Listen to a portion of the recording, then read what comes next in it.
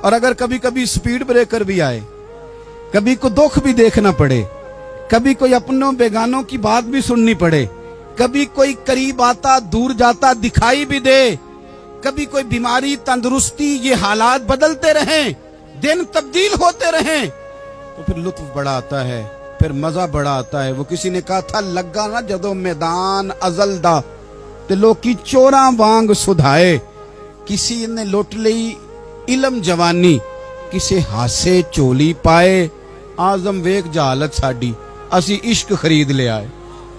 ویخ نہ جہالت ساڈی اسی عشق خرید لے آئے. اور پھر کہنے لگے کسے دے سر دستار امامت اس علم پڑھاون سکھیا ہے, تے کسے نے پہنے ہے فقر دا چوگا اس زہد کماون سکھیا ہے.